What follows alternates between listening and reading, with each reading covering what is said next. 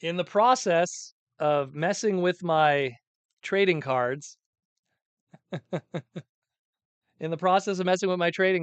ended up closing the live stream. Very good. It's almost like the gods are like, no, you shouldn't be talking about Ultraman. I guess not. Yeah, very good. Gotta make sure now I have to switch everything over here. Sorry about that, guys. Sorry about that. Let me just close all of that. So, yeah, oops a daisy. So, anyways, as I was saying, so cool Ultraman cards. I'm probably gonna end up getting more of them. We'll see what happens with that. Yeah, I accidentally closed the stream. I was stacking all the cards on my computer, and I guess I accidentally hit the close stream button. Oh well, it is what it is. It happens. But so we'll take some more super chats from the fans, and we will just call it quits for today afterwards, because it was quite a busy week in terms of all kinds of the drama and everything that was happening.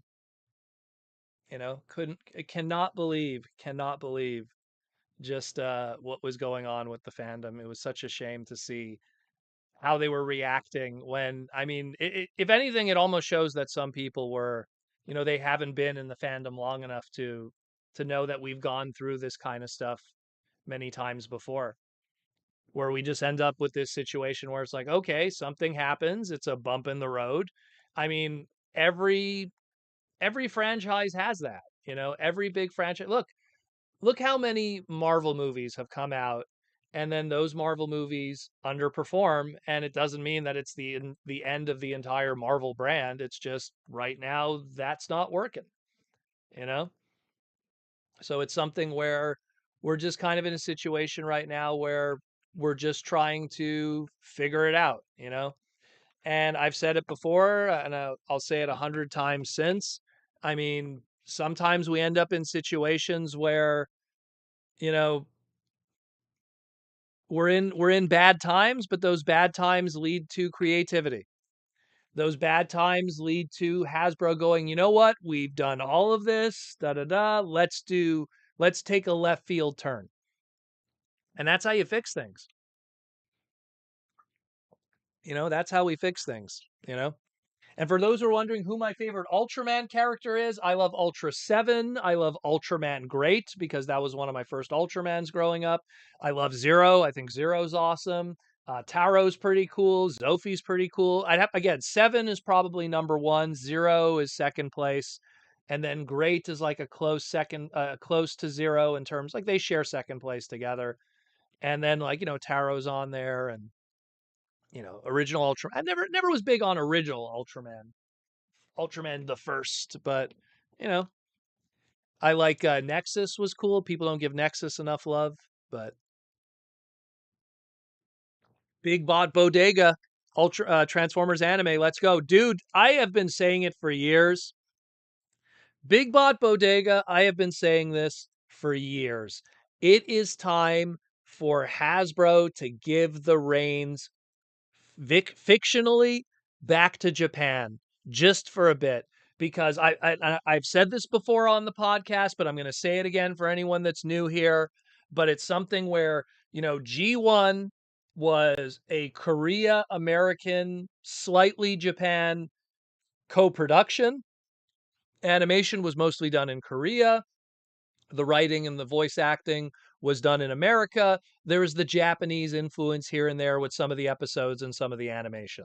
But overall, it was an American creation. It was written in America, created in America, and that's what G1 was for quite a few years.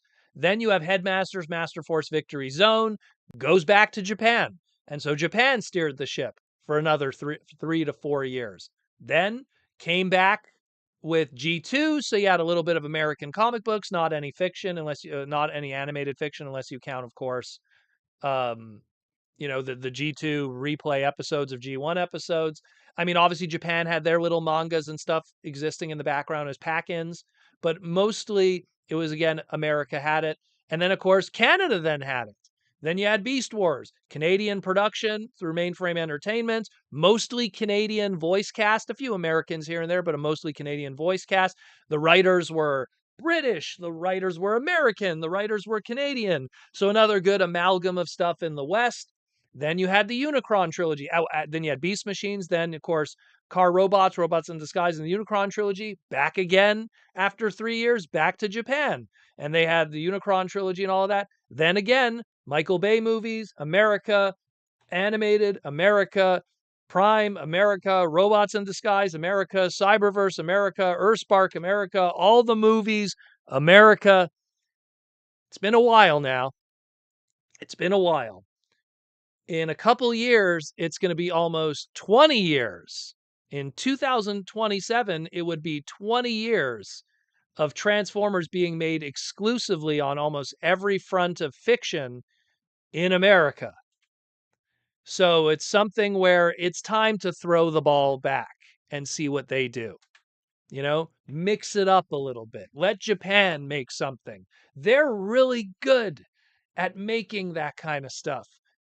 Just putting it all together, the gimmicks and, the characters and stuff. Let them do their thing.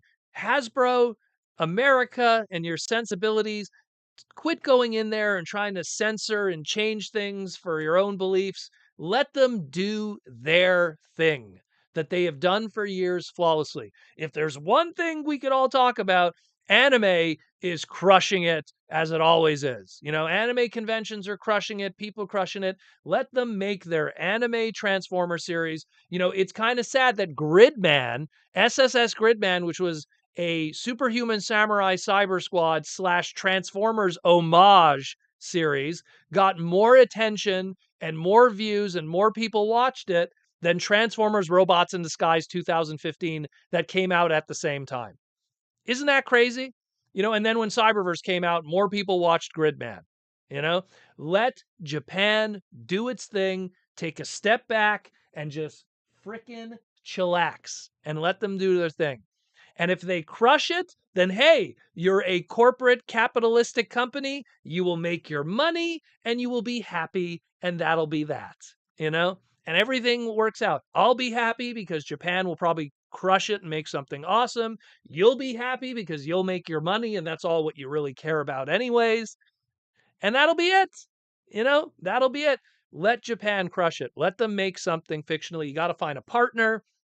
Look how much attention, even from non-Transformer fans, that 40th anniversary video got from Studio Trigger. Look how much attention that got. People who weren't Transformer fans that were friends of mine were sending it to me going like, "Did you see this? This thing's amazing." Is the writing so much on the wall at this point? Look how much money Aaron Archer has made just copying those Studio Trigger things. Says that enough. Aaron just has to copy one of those and it sells instantly, you know? But yeah, James Hobson's, didn't they have that montage video not too long ago? But yeah, well, that wasn't fiction. That was just, hey, here's this little something, because yeah, we get a little manga story here and there, like a Transformers Go, that little manga story. I actually have like the whole for you guys. One moment. Like we get like Transformers Go, we get all kinds of little stories and stuff. I think it was in here somewhere. It's all the way in the back, Like once in a while we get little stories. Once in a while we get little things, but in general it's been America who's been doing the animation and guiding that, the writing and guide. Look, the comic books are in America, the animation and the writing of the animation is in America, the movies are in America, the writing's in America, they've been steering that ship. And guess what? Transformers 1 was great, was an absolutely banger, and it was amazing, but everything else has been kind of, so let someone else hold the sword and see if they're the chosen one for this. El Kevo, is there enough interest in the brand in Japan for the anime to happen? You would think this would be the year, being at the 40th. Well, again, number one, Hasbro's the owner of that, so they choose if even Japan's allowed to have it during the 40th. They have a partnership, but Hasbro's the one that decides where the Transformer brand goes. And yes, there is interest because Transformer toys have been still selling in Japan nonstop all these years. If it wasn't selling in Japan, it would be exclusively an American property, and Japan and Takara would just be doing development. I mean, look, Beast Wars initially was not going to be part of Japan. It was only because it was so successful on the Western side of things that in 1997, 2 years after Beast Wars had debuted in the West, did it come out in Japan. And they went, oh, okay. All right. But Takara was developing those toys. They were helping develop them. They had no intention of releasing, Bat Primal and Croc Megatron and Rat Trap and Razor Beast and all those late 95, early 96 Beast Wars toys, and Polar Claw and Scorponok. They had no intention of putting those out. But then there was so much buzz and the CG was so unique that they're like, okay, we'll bring it over, because Transformers was dead in Japan. G2 didn't do well. The Brave stuff was kind of keeping the lights on in a lot of ways. Yusha, which was also kind of a cousin series for Transformers, they were kind of doing their own thing and they were fine with that, you know? Very, very fine with that. Thank you. Nice catnip shirt. Catnip Bravo. Check it out. Um, Twins Corner, man, if Transformers got treatment like any popular anime in our day, like Dragon Ball or Attack on Titan, with the animation or orchestral work. Well, you know what? I watch a lot of anime. I watch a lot. Like right now, if anyone's curious what I'm watching right now, I'm watching Let these tired grieving souls rest, something like that. That's how it translates. It's like not even an isekai. It's more of a RPG anime, if anything. It's about a guy. I don't want to spoil it. It's really good though. Go check it out. It's ongoing right now. I'm watching that, and I mean that's like a throwaway anime. It's not a big budget anime. It's just, hey, here's this manga that was a novel. Here's the anime adaptation. It's probably going to be only like 32 episodes, and then that'll be it, and we'll never talk about it ever again. And this thing has amazing animation in compared to 99% of what we're seeing on the Western front, you know? And this is like a throwaway anime that probably we're never going to hear about once its run is done, you know? Like you're looking at like, no offense, Twins, but you're looking at like the peak of the peak. Attack on Titan was this big thing, like the JoJo's, the Dragon Balls, but even the mid tier stuff would be better than what we're getting right now, you know? Even that, even that. So I feel if you gave it into the hands of the Takara Tomy crew and said, think up a gimmick, like going back to Ultraman, Ultraman always has to think up a gimmick every year to keep people entertained. It can't just be one kaiju monster fighting another kaiju monster. It can't just be that anymore. They used to rely on that. Ultraman, kaiju monster fighting kaiju monster. Ultraman 7, kaiju monster fighting other kaiju monster with a little bit of a X-Files element to it. Ultraman Taro, Ultraman, Zophie, New Ultraman, like all of those. It was just kaiju monster. And then afterwards, they're like, we need to have gimmicks. We need to have power modes. We need to have cards. We need to have little capsules. We need to have gimmicks and stuff to sell for kids. They'll figure out something. They'll figure out some kind of like element or look, Armada was collect the mini cons. Energon was collect like the Energon weapons and the Energon chips. When we got to, and I keep pointing off camera here, but when we got to Cybertron Galaxy Force, it was collect the little Cyber Planet keys or the Force squares. Then when, of course, then the movies happened, we reverted back to American way of thinking, which, look, I'm not saying that animated was a shitty series. It wasn't. It's easily a top 3 Transformer series of all time.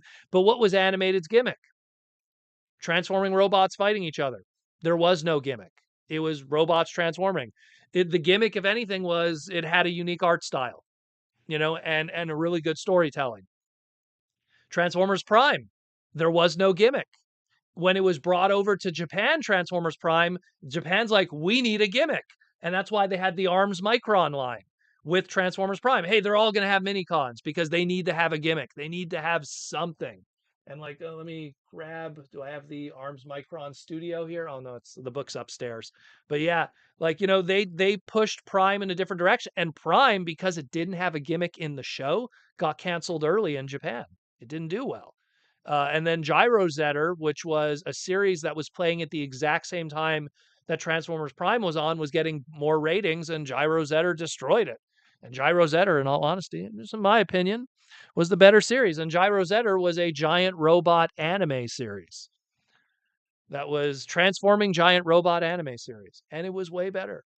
Just a hot take on that one. I think Gyro Zetter is better than Transformers Prime. Just my take, and that's coming from Mr. Transformers here. Just my take, of course. El Kevo Superlink score has always been my favorite. Ripped off a few popular songs. Well, that always happens. Japan sometimes is a little fast and loose when it comes to homages. Look at the Mario music and the Zelda music. Even Mega Man's guilty of that. Street Fighter's guilty of that. Look up Ken's music from Street Fighter. Look up Mighty Wings from Top Gun. You know, Guillaume, I am not an Ultraman guy, but I love Power Rangers, Super Sentai, and even in Power Rangers Dark Ages, how now Bandai Japan still crushes it with fantastic toys. Yeah, and you look what they're doing. Gimmicks, cards, Ranger keys. You have to keep it fresh. You got to keep it fresh. And the problem is I feel like every Transformer series that's been coming out is, hey, the gimmick is the robots transform. That was fine for 1984, 1985, 1986, 1987. Headmasters, Target Masters, Brain Masters, Power Masters. Yeah, you got to mix it up. Can't just be robots. You know? Oh, now the weapons transform and the robots don't transform. Action Masters. Oh, the little Transformers are, Micro Masters, Mini Cons. You gotta bring the gimmicks. You gotta bring the gimmicks. Proto, do you think Transformers is better with gimmicks? I think that, look, that depends how you want to tackle it. Are the toys better with gimmicks? I say yes. I think they're more fun if they have an element to it. Otherwise, you're just getting a figure and transforming it, and that's all it is. But if it has a spring-loaded something or something fun with it, but if the gimmick is also put into the story and the story is really good, because look at Transformers Animated. Animated had no gimmicks, but it was so amazing because the story was great. Where, you look at something like, let's say, Headmasters, which is it had a gimmick with the Headmaster stuff, but the show was kind of boring, and that's the one that had Rodimus in it. So you have to figure out a way to use the gimmick in the right way. But I like gimmicks. That's just me personally. As long as they don't affect the toy too much, you could put something into it and have fun. I mean, if the next Transformer series, right? Like, let's just brainstorm here, and Takara could steal it and Hasbro could steal it. But if the next Transformer series is all about a robot with his Micromaster Target Master partner and that dynamic, and everyone has a little micro partner, and you could tell a story with that partnership. And what you could do is you first introduce all the characters episodically in the first 5 episodes, because there'll be 5 main Autobots, so you're going to tell those 5 stories.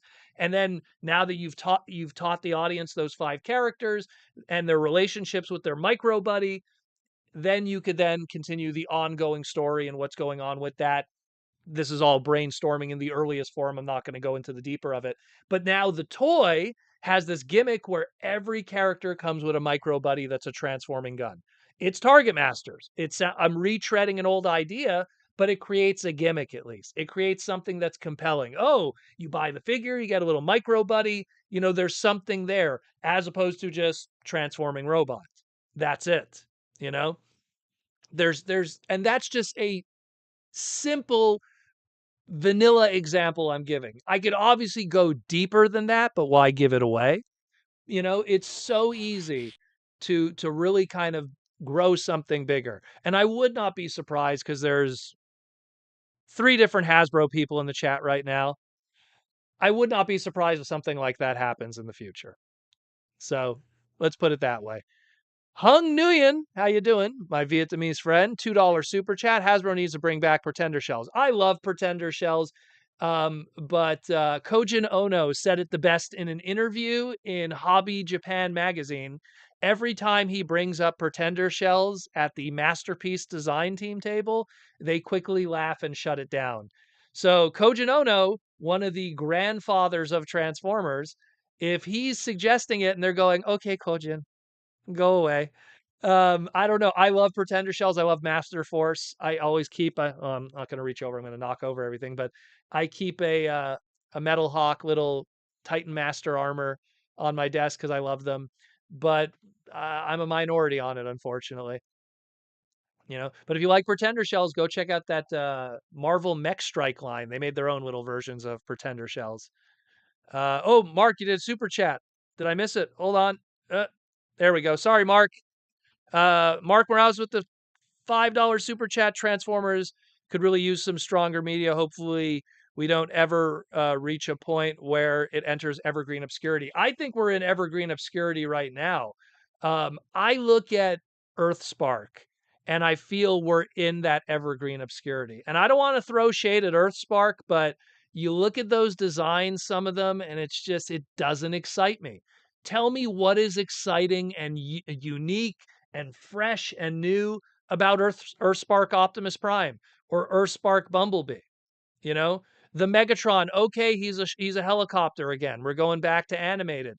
But what was really fresh and exciting and unique about it? It was very kind of it's not a bad series, but it's not exactly an exciting series either. There's some good moments. I like how they used Breakdown, his dynamic with Bumblebee and being racing brothers and stuff. But those are the small little beats in an overall arching problem of boringness and grayness, you know? So I think we're in that right now where we're just getting these boring designs. We need something that is radically different, and that's the beautiful thing. Look at the very look at the first crew of Armada. You had an Optimus that didn't have the window chest. You had a character named Hotshot that wasn't Hot Rod, that wasn't Bumblebee, that wasn't, like any kid character or a Cheetor. He was his own unique thing. You had a Red Alert that was not a Red Alert that we were familiar with all these years. It was like a RoboCop looking medic guy, not a, you know, spastic going crazy, Countach Lamborghini, dude.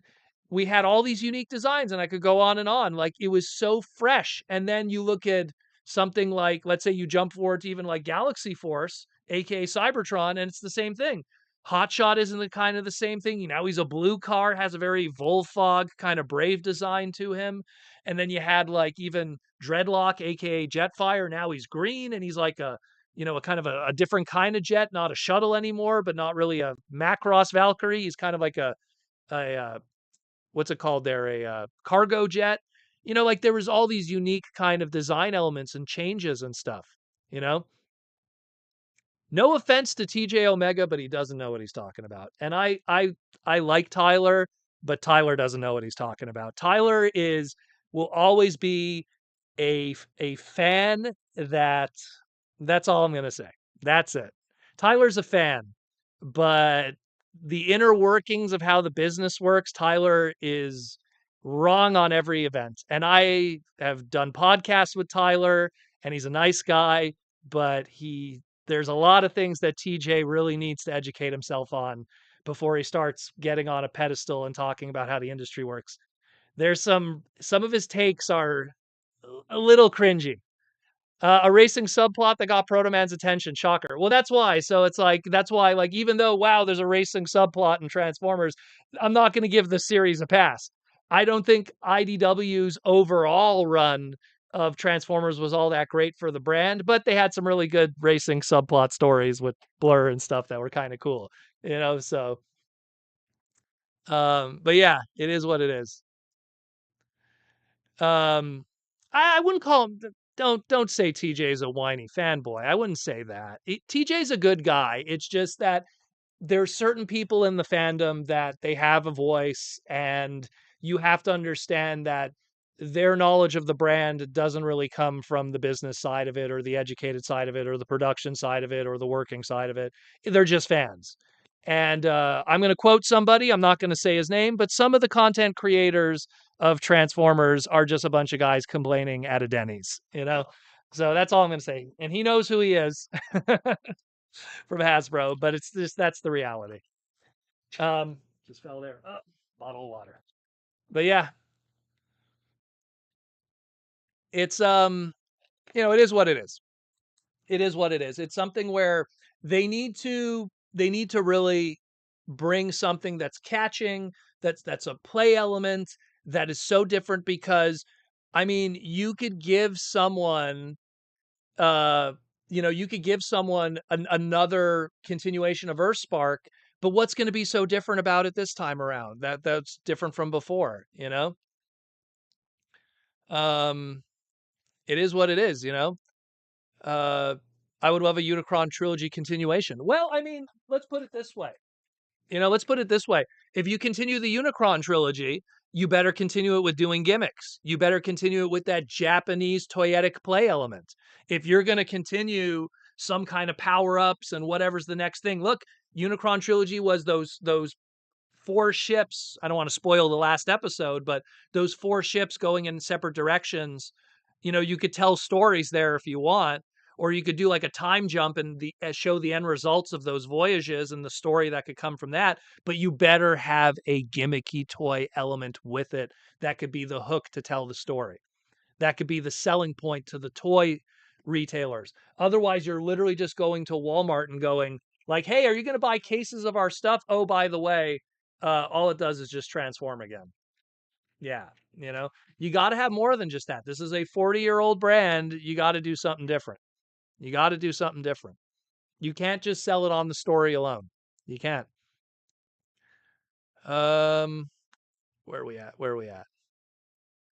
Uh, T Formers 2000 TJ's videos for me are good for background noise to kill half a dog. Guys, don't pick on TJ, okay? Don't pick on TJ. He's a good guy. I was just, you know, I was just saying you have to understand where certain people are coming from when they have opinions, let's put it that way, before you put any kind of weight with them, you know? You guys know who I talk to, you guys know who I hang out with. A lot of the stuff I talk about was under the learning tree of those individuals who worked in those industries. That's all I got to say. Not to mention, stay tuned for Protoman working on official stuff in a capacity of giant transforming robots or something in the near future. Stay tuned for that. Let's put it that way. Man, I'm already done 2 bottles of water today. I've been cooking today, man. Um, but yeah, just it's one of these things that you need to you need to figure out how to just captivate an audience. And right now, people didn't show up to the movie theater. They like the normies, as I call it, didn't see Transformers 1. They didn't care. Like that solid chunk, that 75, million that we got or so of money that we got, that was us. That was $75 million of Transformer fans going to see it multiple times all over the world. You know, but we needed that extra 200 million of normies who don't care about Transformers but wanted to see the movie because they were curious, because of a gimmick, because of a hook.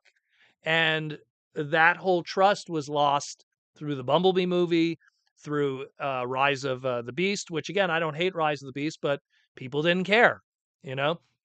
I think that it didn't help that you call a movie Rise of the Beast and the Beast didn't really show up until really the last 15 minutes or so. So that's a whole other conversation.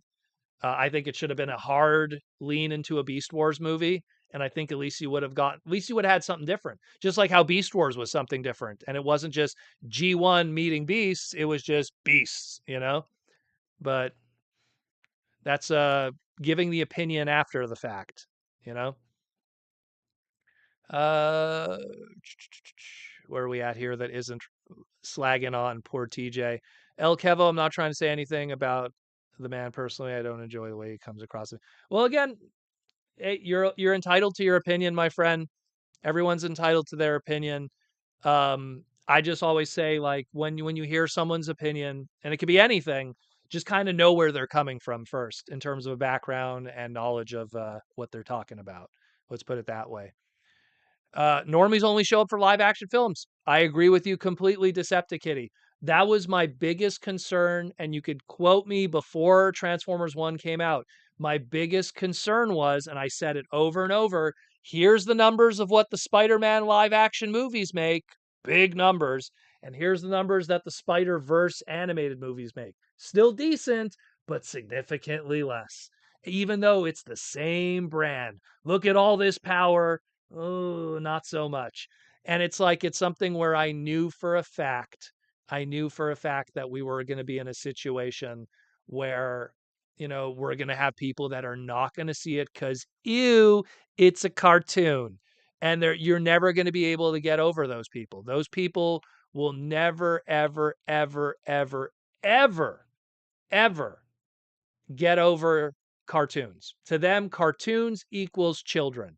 It's just how the culture is here. It's going to take another 20 years before we kind of let those people die out, so to speak, and then maybe we'll live in a world where cartoons can be done for adults and people can enjoy them. But we still have people that have that stigma. It's just really tough. It's just really, really, really tough. Um, but at the end of the day, like, we'll see. We'll see what happens with that. It's a tough one that too many times we have, creators that they want to do good. They want to do good, but they're also reminded of what worked in the past.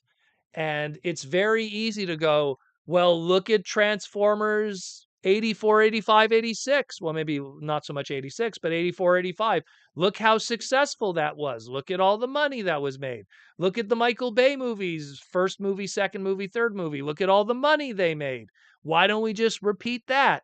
That sometimes is the problem, is that, yeah, it worked then, but it won't work now. You can't play the same hand in poker every time and think you're going to trick people on the third or fourth time.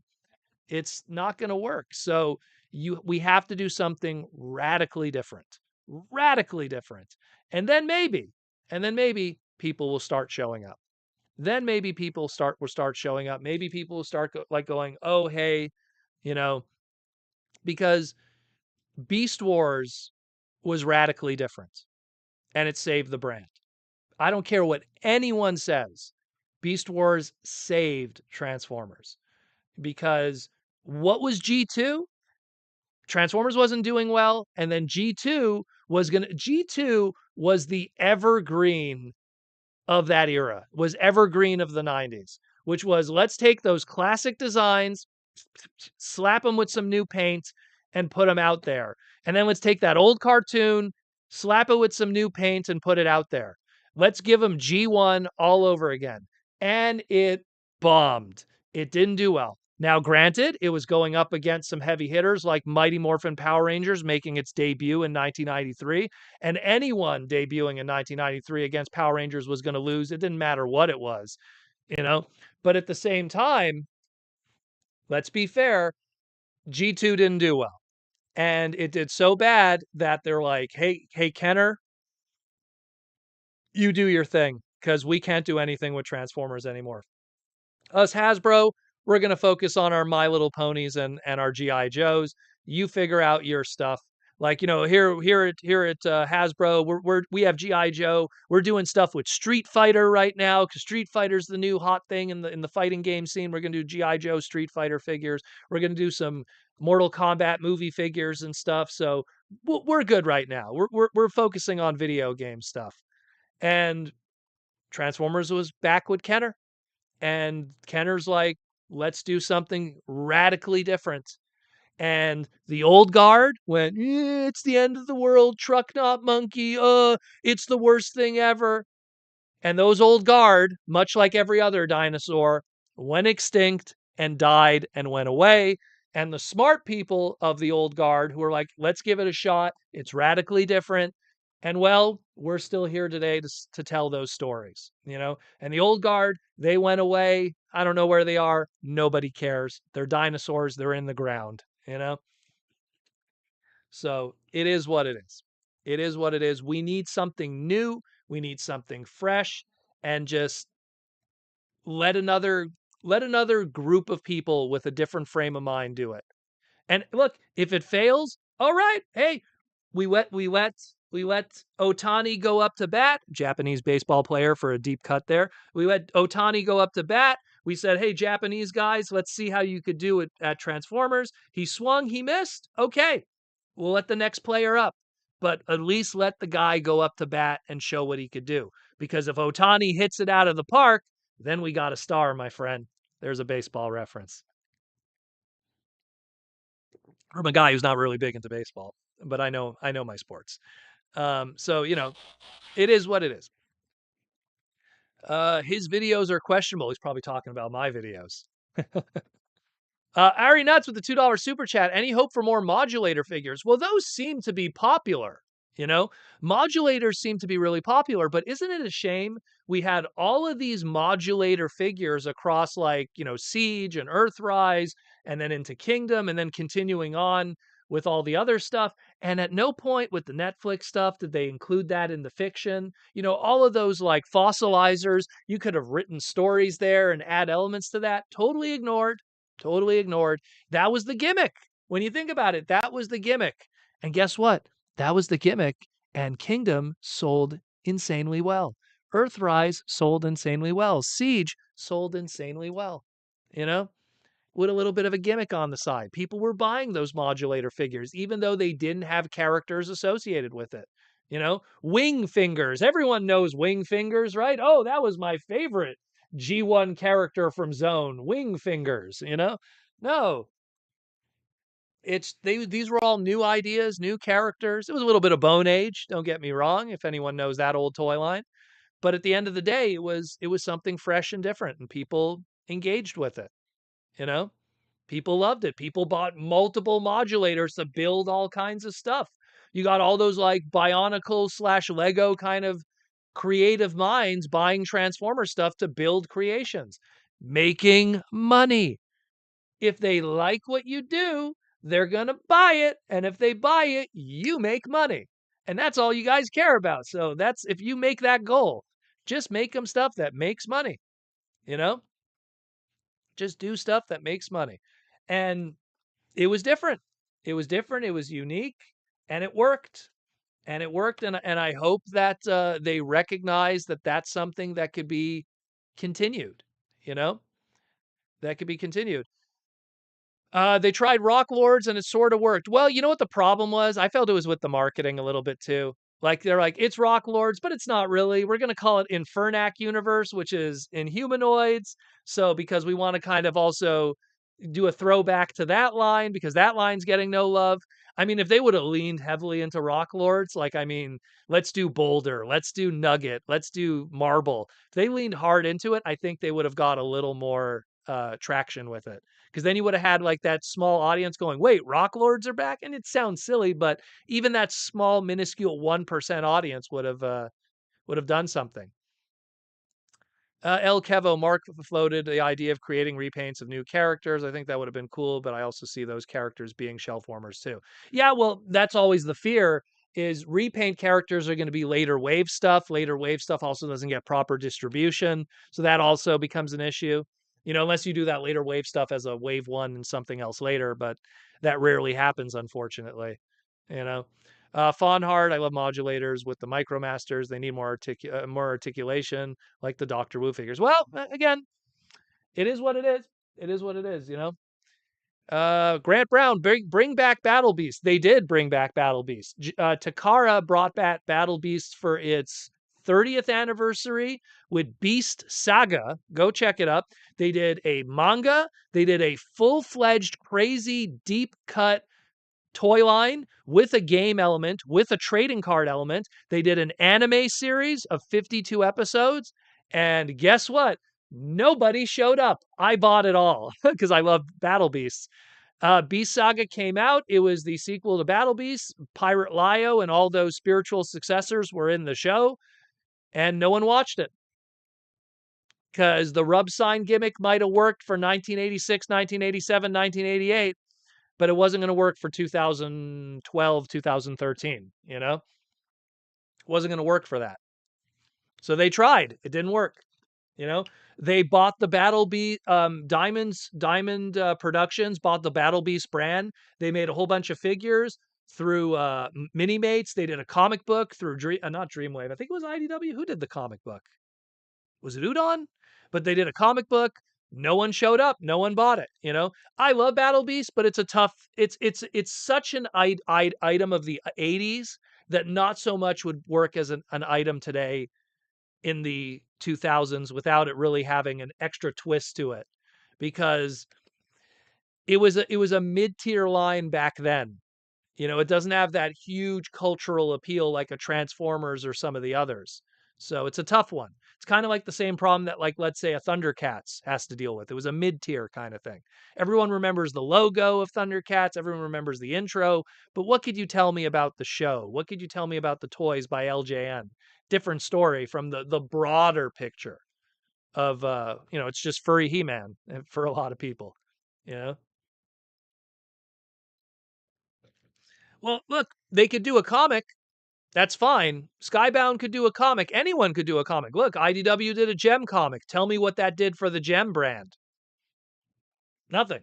They did a Mask comic. Tell me what that did for the Mask brand. You could do a comic, but you need to do more than a comic. Back then, you did a comic because you had a toy line. Rom the Space Knight got a comic because he had a toy. Micronauts had a comic because they were toys. Transformers had a comic because there were toys. I could go on. Chris Star and all these. Ring Raiders. There's an obscure deep cut. You know, so it is what it is. It's a tough one. It's a tough one. It's a deep discussion that I've had many times with toy creators on how to figure out some of these elements, you know, how to figure out fixing these things, you know? And if it was an easy answer, we'd be in this plethora of successful toy lines and everything is firing on all cylinders and every line is doing great and every line has a best-selling comic book and a highly rated TV show and a movie that's making hundreds of billions of dollars, but it's not the case, you know? Look at even Lego. Lego toys sell amazingly well, but they're kind of maybe we'll do a movie, maybe not, because their last few Lego-based movies didn't exactly hit. Toys are selling well, but fiction maybe not so much. Ninjago TV series keeps marching forward, so that's doing well. But their Dreams thing didn't do well. They did Lego Video, that pooped. That didn't do well at all. So every company has their ups and downs, and they're kind of playing it safe. And all that Lego stuff is coming because she's Miss Lego. You know, she loves her Lego. So we're gonna see something. They're gonna figure it out sooner or later because you get to a point where you can't, like, again, we're gonna have a Beast Wars situation. You can't just keep doing the same thing and fail. Sooner or later, you're gonna do, like, here's what's gonna happen. They're gonna do it, it's gonna fail. They're gonna do it, it's gonna fail. They're gonna do it, it's gonna fail. They're gonna do it, it's gonna fail. Now they're not gonna kill it. They're they're not gonna kill Transformers. Instead, they're gonna do it, it's gonna fail, and then at some point they're gonna go, okay, let's just do something so radical because after 5 times doing it and dying, what's the worst that could happen this time? At least we tried something different. So we'll see. We'll see. Ninjago still has a show? Yes, it does. And supposedly a movie in the works, apparently. Ninjago does very well for Lego, apparently. Uh, El Kevo, the Dreams kits are great fun, but I could care less about the media. Well, and again, it's something that you have to be able to kind of win those audiences. People who really love Transformer toys, you want to be able to get them to watch the fiction. People who watch the fiction, you want them to hope that they like the fiction enough that they then want to buy Transformer toys. I mean, back in the day, that was the whole point of the comic book. Like the Marvel comic for Transformers was a advertising tool for the toys. The toys were supposed to be something that if they sold well would hopefully then turn around and make people want to buy a Marvel comic or watch a cartoon. The cartoon was obviously a commercial for the toys, you know? No, there's going to be another Lego Ninjago movie, Mark. I know about the old one that they did years ago. They're supposedly thinking about another one. Not the Lloyd one, if you know what I'm talking about, with the Green Ranger, so to speak. T-Formers 2002, been with Ninjago since day one, like the Ninjago movie, but yeah, it didn't do well. Yeah, and that's the thing. A lot of brands right now, they're just getting by. They're doing fine. They're making their money, but they're not like crushing it. And sometimes in order to crush it, you gotta do something different. Spinjitzu, whatever it takes. for a Ninjago reference. The Twins Corner, what is your guess on the next Masterpiece Beast Wars Protoman, Spider, Wasp, Ant? If I had to take a guess, I would go with Waspinator. If they were gonna go Predacon, like let's say they don't do Air Razor, they go Predacon, I am going to say Waspinator over Scorponok, Tarantulas, and Inferno. I would go with Waspinator. And Waspinator would be fun. Multiple heads, crushed cube, accessories for him. You know, limbs could come off. He's a modulator in a whole other way. He was the modulator before modulators. You know, yeah. So I could see Waspinator being the next one, assuming that if Rat Trap sells well to justify going into the bad guys, because I'm really curious how well Megatron did, because Megatron was a little expensive and he's a bad guy character, but he's a Megatron, so that does matter. Black Arachnia was able to sell well in Japan because, that she'll be able to sell to a whole other market that doesn't want anything to do with Transformers, you know, that market that gave birth to Kissplay and made Kissplay last for 2 years. So don't ever say that Kissplay wasn't successful. Kissplay made a lot of money. Where are we at here? Those first 80s comics had great art. Oh, fantastic art. Frank Springer was a part of it. And then, of course, later on, Herb Trimpe came in the later issues of that early first year or so. Herb, who like created Wolverine, So the guy who created Wolverine working on Transformer comics. Amazing stuff. Whiskey Shard, I devoted a whole room to the building of the Ninjago City. That was a crazy playset. Certain someone I know wanted to buy that, but we just don't have the space for something that's that huge. T-Formers 2002, flattened Waspinator, thin cutout accessory. Yeah, you could have a flattened, like almost something like this, like this kind of stuff, like acetate paper. You could have that. You could have a cube Waspinator. It's easy stuff.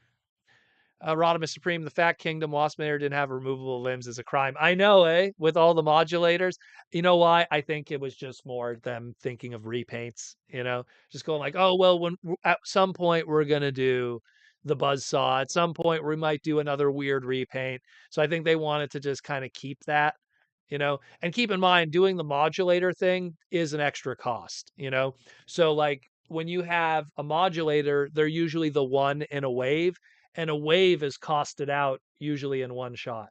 So they want to make sure that the modulator has all that costing for the modulator things, and you can't have Waspinator also. I don't know what wave was Waspinator in Kingdom. I think he was with Wing Thing, or was he with the Triceratops? I know he's one of the later ones, but you have to kind of, that's the costing also, because they cost more to do those separate take apart pieces. I know it sounds silly because those pieces are POM plastic as opposed to ABS, and POM is more expensive because you have to have those rubbing elements that don't, they can't be painted, but they're also more expensive.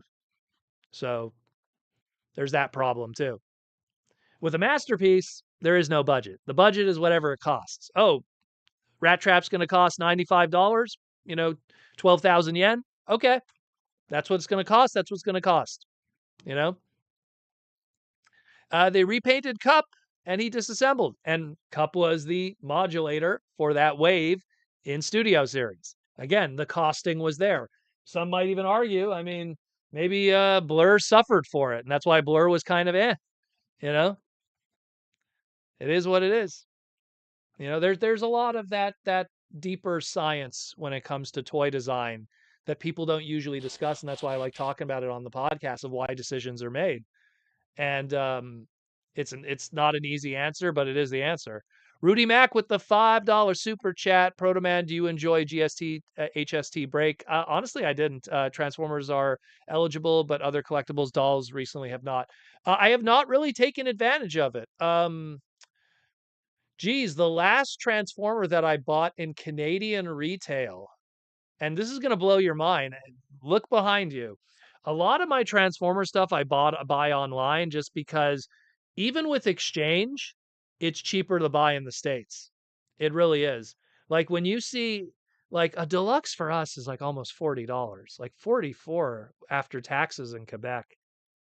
I rather just buy cross the border and buy it like elsewhere, or I buy online. I buy by the case, like the full case assortment. GST, HST for my Americans, those are the sales taxes and government sales taxes for Canadians and how we have our free healthcare and stuff also. That's a whole other conversation. So in Canada, during the holiday season, we had a GST and HST tax break where certain items would not be taxable during the holiday season. I think it stretched over into January. So you could buy a Transformer toy and there'd be no taxes on it. Yeah, sure. Okay. I didn't really get to enjoy that. Um, in fact, all the stuff I was buying that was toys and stuff were from stores that already kind of were doing their own thing, you know? Like, during Boxing Day, I went to some of my comic stores and bought some toys. I showed them on the podcast. Uh, that really didn't factor into that, you know? Mayoral Fabrication, hey Proto, can you send some good vibes to the Los Angeles people? Yeah, man. Some crazy stuff. My buddy Ross from Game Grumps, he's going through some tough times right now. Uh, his mother-in-law, I think her house got lost or something. Don't quote me on it, but I something like that happened. He posted on his Facebook about that, but he's okay at least. All my other LA friends were not in the area, so they weren't affected, but I know he was. Pretty crazy, but that's a combination of no humid weather. You have really hot Florida, which is very humid, and then you have really hot California that's very dry. And when you have dry weather, man, it takes nothing to create a little bit of kindle, and that stuff gets crazy. And I heard that all the politics and crazy stuff that's going on. I mean, the fact that the fire hydrants don't have water in them, really, that's crazy. So, my thoughts go to you guys. There's nothing unfortunately, I always feel like saying thoughts and prayers don't do anything because it's like, if I could do something, I would. But it's like, it's something where it's just like, I just hope those guys, everything works out because it's pretty crazy what I'm seeing online, you know? And I love LA. I love LA. Every time I go to LA, it's great. So it's crazy to see that stuff that's going on right now. And I worry what might happen after the fact. All that fertile land and houses that were destroyed, and who's going to swoop in and take all of that? Hmm. There's my conspiracy theorist part of me going off, but sometimes I worry about that stuff too. The GST thing ends on Valentine's Day. Well, doesn't that work out? The only other toy stuff I really bought from retail recently was all those Christmas ornaments have been going on like crazy clearance at Walmart. So I bought a whole bunch of Christmas ornaments I don't need. But like, hey, it's Super Mario and Knuckles and Link from Zelda for $2 Canadian from Walmart. So I was just like, you know, okay, I'll buy it for $2. Just decorate the tree more with video games. Oh, and Knuckles I picked up. The only one I bought almost full price was the uh the Oregon Trail one, just because I have fond memories of Oregon Trail as a kid. So I was kind of like, oh, I want to own that one. That one's kind of cool. So I bought that semi full price. That one, I think it was starting to go on clearance when I bought it. Um, Deeper down the rabbit hole until you see the truth. It's just a theory I have as someone that knows how buying and selling of houses work during times of crisis. I see that way too often, you know. So pay attention to that, people. What happens after the fact? I'm very curious to see, you know, because what happened in Hawaii, a lot of investors went in there afterwards and bought up a lot of land after everything was destroyed. So that's all I'm saying for that. In my neutral Canadian kind of way. WS has the question: the lack of water in CA isn't that unimaginable with fires going on everywhere. There isn't enough water in the hydrants to go around. Wow, that sucks. Gosh, you know, that's just crazy. It's nuts. But you know, like that's just kind of unfortunately the world we live in sometimes is we just have these situations where people are ill prepared for stuff like that. But yet somehow people are paying taxes for the fire department.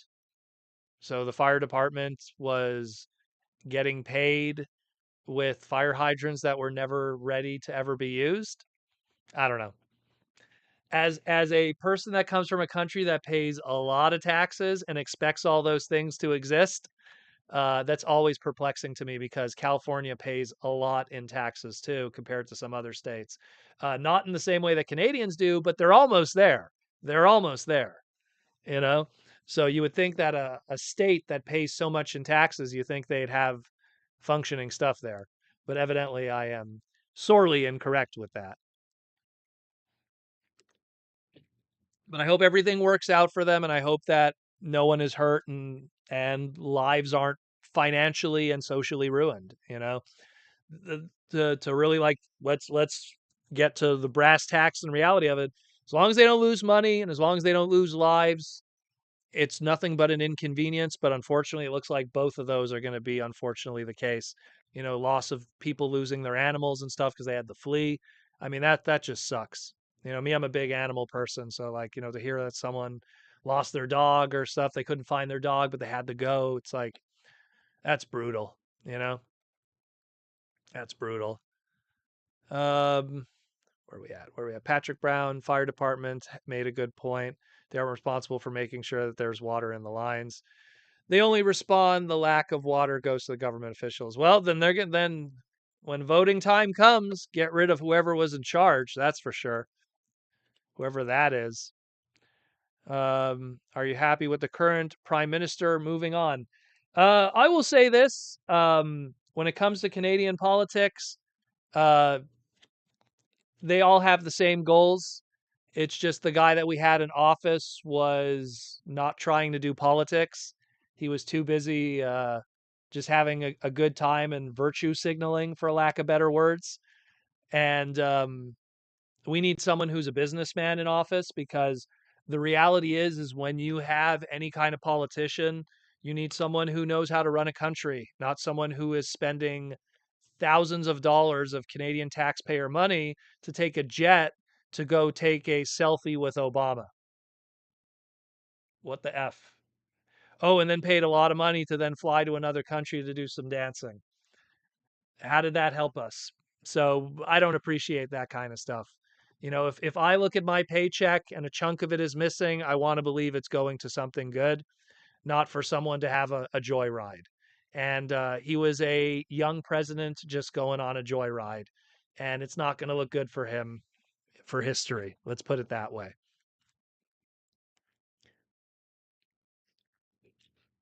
That's all I'm going to say. You know, he's gone now.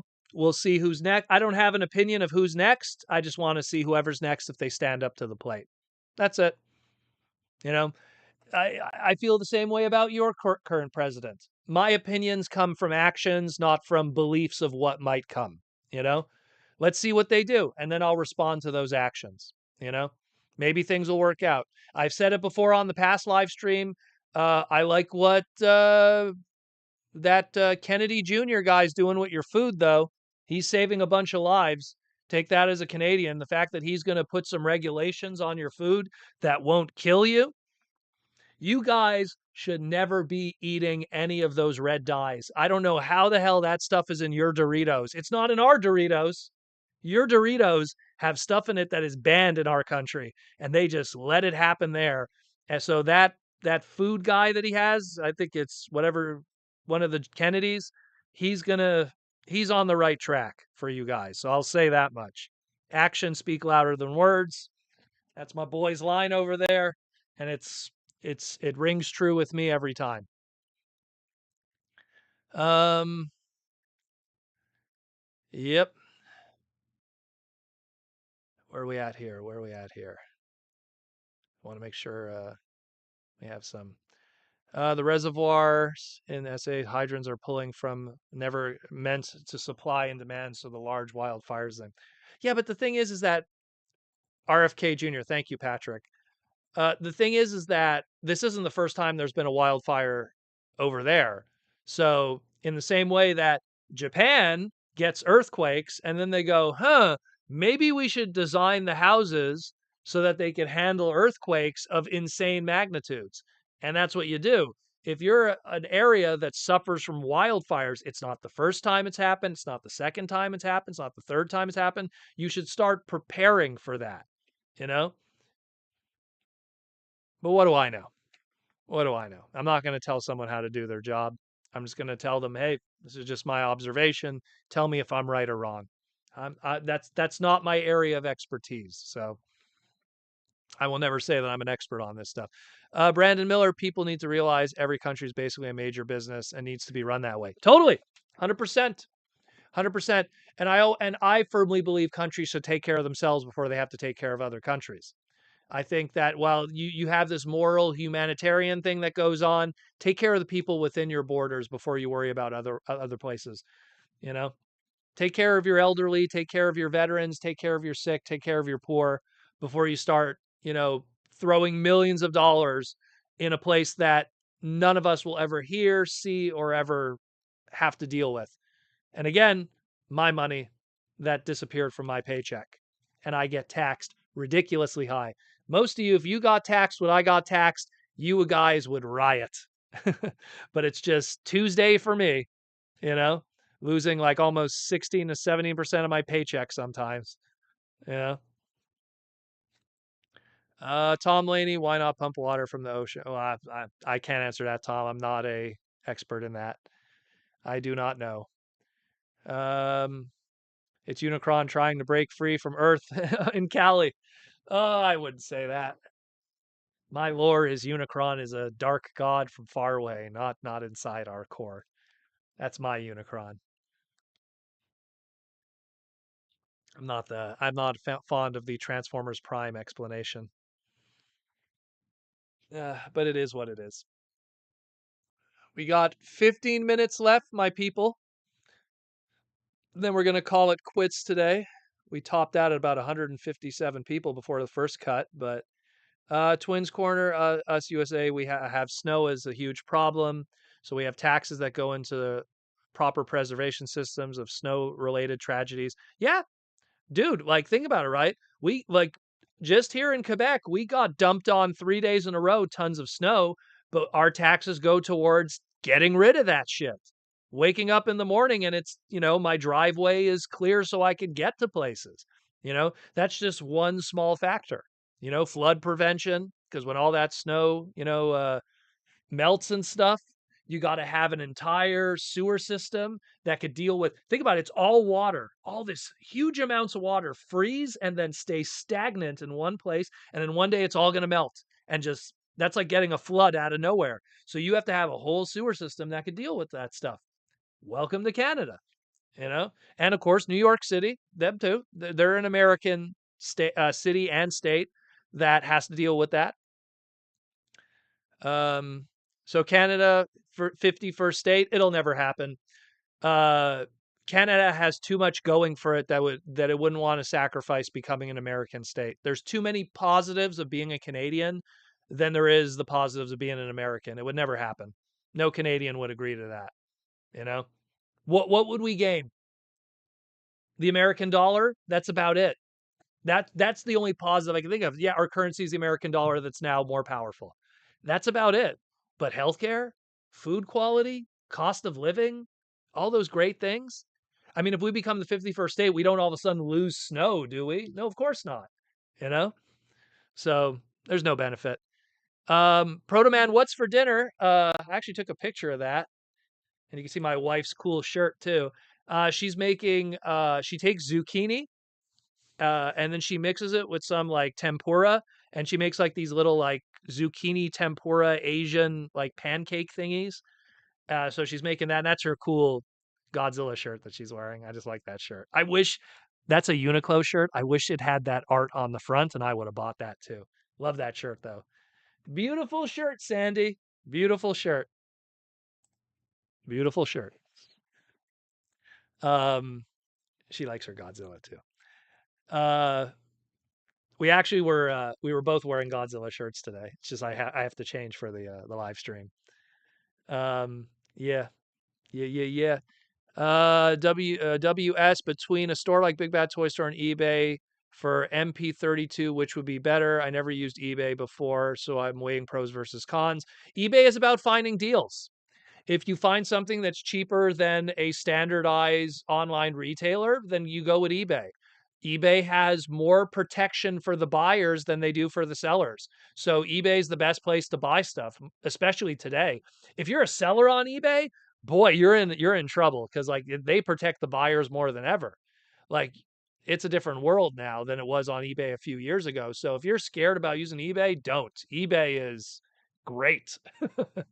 It's a buyer's market on eBay.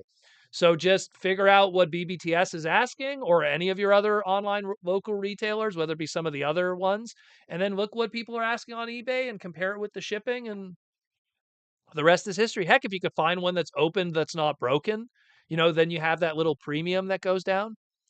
Yeah, Ninjatron, it's Terror of Godzilla. I know. Good old sequel.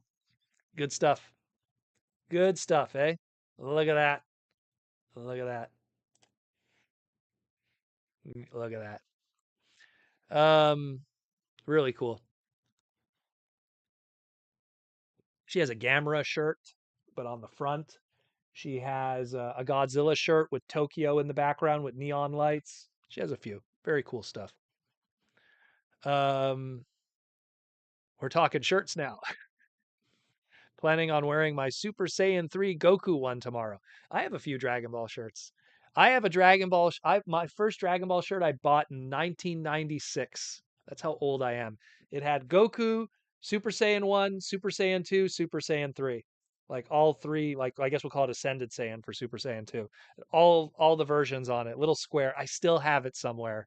I know because I would never throw that out because I love that shirt. And then my second Dragon Ball shirt was a Dragon Ball GT shirt, probably in like 1999, I want to say. All of that stuff was available here in Quebec. They imported so much of that through our Chinatown. Uh, Patrick Brown, yeah, I've been selling on eBay since 2008. In the last 4 or 5 years have been customer service hell. Yeah, well, that's the problem. They protect the buyers, So like if someone buys something off of eBay and then they decide, you know what? I don't want it anymore. They legally through eBay are allowed to return it and we have to agree to it, you know? So they kind of look at all of us as stores now that have no like insane overhead and everything. So I don't know. It's tough as selling on eBay, but buying is great. I don't know. There's not a single person on the planet that can say buying on eBay is bad now. It's better than it's ever been, in my opinion. Back in the day when I was using eBay back in the late 90s, you have to get a money order and send it to a person and pray that they sent you the item. And if they didn't send it to you, you were out of a money order. And that was just that. And yeah, maybe eBay could get in and cancel their account, but if you bought like $100, Transformer toy, you had to pray that you were getting it. I got Star Saber off of eBay back in like 1998, 1999. Like when I sent that 150 bucks American, yeah, it was 150 American for a mint and box Star Saber. That guy could have easily just ghosted me and that would have been that. And that's why the feedback system existed, because if someone had huge feedback, they wouldn't just ruin their account for no reason. Um Twins Corner, eBay has been our source for a lot of old Transformer products over the years. None of the new stuff, but things that like the Unicron Trilogy animated all came from eBay. Great source. Yeah, it's one of the best ways. Look at what your foundation of a price is, and then look online. And if you don't find it, check. I always say check next week. Make a day that's your eBay day. Oh, I have an open time Wednesday nights. Make that the day that every 7 days on Wednesday night you check for what you're looking for, because there's always new auctions every 7 days. You know that's how it is. That's how it is. That's the best way to do it. You know, and then you could enjoy the beauty of eBay. I use it all the time. All the time. I am buying on eBay all the time. That's why might not use Canadian retail that often, but eBay all the time. Trading cards, action figures, comic books, it's all there. A click away. Joseph, I remember being able to leave feedback for people on eBay that didn't even have a transaction with. Yeah, Wild West, man. That was the Wild West. Yeah, you could literally leave a feedback on something you didn't even buy. You know? Oh yeah, they're a great person. Great stuff. 10 out of 10. A plus plus shipping. El Kevo did the same thing for the 86 movie. Came out uncut VHS back in the day. That would be the Canadian version through Rhino with Optimus Prime on the cover, clamshell edition. Um, Sent the money order to Canada. Again, I just said Canadian version and hoped that it didn't get ripped off. Yeah, it was, you just had to pray. And luckily, people had morals back then. You know, the people who did use the internet back in the later and early 2000s had morals. The internet today is a cesspool, but back then, you know, people cared. Ashnud, you also could set to alert you for new listings. Yeah, you could too, but sometimes that's more keywords. So I always say just kind of check it out. Have certain words that you plug in. I mean, back in the day, like, you know, I used to be able to write Rodimus and you'd get maybe 3 pages of toys that would come back. Cause like the most you would get of Rodimus, like an Energon Rodimus, Classics Rodimus. Now you type Rodimus and there's like a billion listings. So I don't really do that anymore, but I used to do that all the time. And that's how I found like so many of my rare Rodimus goodies, you know, little patches and stickers and, you know, trading cards and posters and stuff. Cause you'd have that one guy from Japan that's like, hey, I have this Iron On patch from, you know, Junko or whatever, or some like store, Jusco, whatever, excuse me. You know, like I got an Iron Man patch from 1986 of Rodimus. Like, hey, you know, or like a shopping bag of Rodimus. I have like these vintage shopping bags of Rodimus that are really cool, really really cool. Like old Japanese shopping bags with like wrapped string. Like it's really wacky. 2000, excuse me, 2010, like was written on it, but it's like the 1986 show. So very very very cool. Um, I'll answer this last one here that's not a super chat, but just because it's something that's an educational learning experience for people. Deck of Cardboard says, Protoman, do you ever use a middleman in the US side, like a warehouse service, to save on shipping? I have friends in the States that help me out with that. There is services, but it's not worth it for me, only because I don't visit the States enough to make it worth it. When I do visit the States, it's for conventions, and I wouldn't be near that PO box or that service. And it's the same thing. I have a friend in Japan, so when I want to buy something in Japan, if it doesn't ship to me, which is very rare, but in the odd case that they ship only to Japan, I have my buddy in Japan where I take care of that. So I have friends in the USA, I have friends in Japan. I don't really use services, but they do exist. I know that for Montrealers, there's a place in Plattsburgh that is like a PO box where you could ship stuff. And I mean, if you visit constantly, it's worth it, I guess. I mean, shipping a trading card. Here's the reality of a Canadian. If I buy a trading card from an American, shipping is $20 for this. $20. If I ship that same trading card to my friends, sometimes it's free. So you can't argue with those prices, you know? So to me, 90% of the time it's trading cards, comic books, flat stuff. When it's action figures, the shipping is comparable. It's still cheaper if I shipped it within the States, but it's maybe only a couple bucks more for like a deluxe transformer or an action figure. But comic books and trading cards, man, do I get ripped off if I try to ship it within Canada. So I have to ship it to friends. Hey Proto, do you use anything to help with dehumidifying your collection? Yes, I do. Let me, I'll pull off the cover and show it to you. One moment, it's running right now. So here's my dehumidifier and air purifier in one that I use in my room here. Hey, how you doing? This is Winnix or whatever. I bought it through Costco. Um, I bought because it was like you could buy like a bunch of them in bulk for like businesses and stuff. So I bought a bunch of them. It's Energy Star too, so you could run it all the time. And I run this 24/7 in this room. And it collects dust, it collects hair, it collects everything. You just got to change the filter every 6 months. That's the only negative. So you have to buy the filters. You buy the filters off of Amazon. You just get the code. And this is the brand I use. And I use it in my TF room right here. It's running right now. Do you hear it? Pretty quiet, eh? It's amazing. And it's on, like, it has 5 settings. It's on 3 right now. And you don't hear it, but it's running and it runs great. Um, it's not noisy at all. Do you hear it? It's running right now. I'm going to put it on the highest setting. Tell me if you hear it.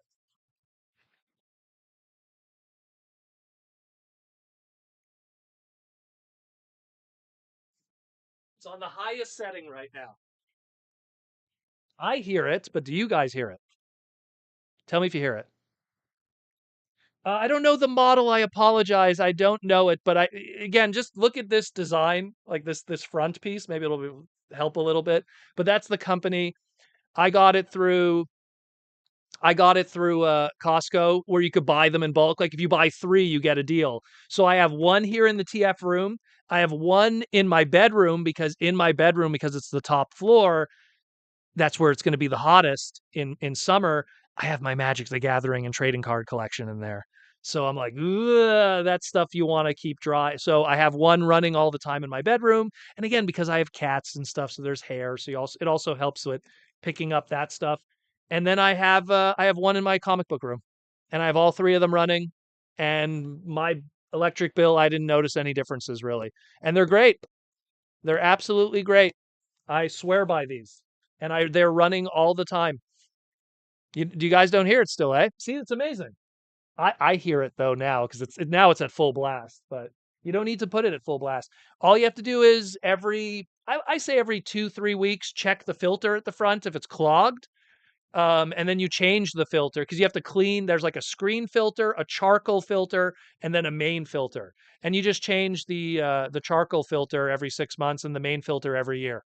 That's it. Very simple. Very, very simple. Very simple. And I swear by these, you know. Look, anyone got a yellowed Tigatron? Not me. I take care, you know.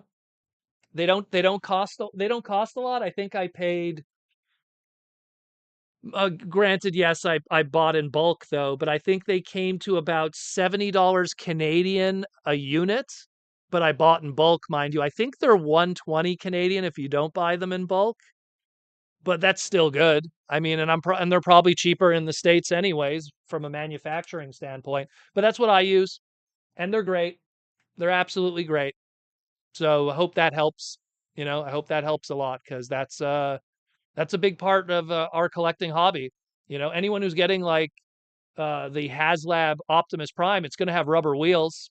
You don't want to have a situation where humidity or dryness destroys those rubber wheels. You know, PVC plastic that's used for rubber and vinyl, you don't want it to get affected by that, especially if you live in an area that gets really humid. In my case, it's dealing with animal hair and extreme cold and or extreme heats. We get one or the other. The gun is yellowed? Really? Really? How can you have the yellowed gun? I don't know. Mine yellowed? I don't know. Mine hasn't suffered from it yet, but again, nice, cool environment. You know? Yeah, Grant, you're not wrong. 120 Canadians, like $20 for you. Exactly. Well, I joke about it, but sometimes you're not too far off. And we're going to take one last super chat today. We got a $50 super chat from Kevin PH. Thank you, Kevin. That's an awesome super chat. I agree with the TF1 deserves more than it got. But to this date, I don't understand how that first trailer throws off the movie. And even if it was that bad, people would say it was. There's other factors that play with the movie bombing. Well, I mean, the thing about the first trailer throwing people off is that when you're talking people who aren't Transformer fans, which unfortunately what make up a majority of the ticket sales, they have a curiosity, right? And they go, "Oh, there's a new Transformer movie. I like Marvel movies and I'm a geek." No, they're not, but they say they're a geek because they have 2 Funko Pops on their desk at their office. You know, I'm a geek. I'm going to go check out this Transformer 1 trailer. So they see that first trailer and they go, I don't know. Doesn't look like it's my kind of jam. And that's it. You lost them permanently. Was there another trailer? Yes. Was there another trailer after that? Yes, there was. Was there more trailers after that? Of course there was. But we know that as hardcore fans that follow it up. When there was a second, third, fourth trailer, even if it showed up like in their feed in like, Facebook or anything, in their mind, they saw the first trailer, they got that first impression, and that's it. It's the old saying, first impressions are very important. So that first trailer had to make a good first impression. And a lot of people weren't impressed with it. And it gave a false signal. It told people that it was more of a comedy. If they would have done something that was a little more like this is the rise of evil, this is the turning of a man, you know, there's something there of a bot in this case with Megatron. It's look, I stand by it. I think it's a hot take. I think Transformers 1 might be one of the greatest Transformer movies of all time, if not the greatest Transformer movie of all time. But its trailer didn't do anything for it. Didn't help it. You know? I literally sat in that theater when that credits finally rolled and I was like, "Oh my god, what did I just witness?" Like it was an incredible movie. But no one was going to experience that if they didn't know I didn't know what I was going to be experiencing. We're talking me here. You know, I didn't know it was going to be this amazing emotional roller coaster ride and the fall of a man and how the government could make someone go freaking crazy. You know, we didn't know that. We thought we knew it was going to be an origin story. We didn't think it was going to be that deep, but it is what it is, you know? So thanks again for the super chat, Kevin PH. Really appreciate that. That always helps. Again, thank you all for the love and support, everyone. Again, if you want to continue supporting the podcast, Mr. Tanky, thank you for all the YouTube members that you donated. But if you want to continue, again, Patreon, you could join us on our Discord through the Patreon, get your name in the end credits and all that stuff. That's another way to support the podcast, the double dipping, as we call it. Decepticitty there is a Patreon. Mayoral Fabrication's a Patreon person. I know there's a whole bunch here today. Mikey and Louie's a Patreon person. Um, you know, check out the Patreon. Come join us there with the Discord stuff. If Patreon's not your thing and Mr. Tanky somehow didn't get you, there's the YouTube membership also. You know, a lot of good stuff. A lot of good stuff. But again, thanks for all the love and support, guys. You guys are great. I hope you guys learned something today. I hope we had some good discussions. Sorry about the cutoff there. I hit the buttons with the buttons because of some Ultraman cards, which I'm probably going to go buy some more of them because for $2 Canadian to get 2 Ultraman cards and some expired pretzels, assuming they're expired. That ain't too bad. That ain't too bad. Anyways, guys, I'm out of here. Take care of yourself, your friends, your families, and your loved ones. I hope everyone's well in LA, of course. And we'll talk to you in the near future. Love you all. Peace.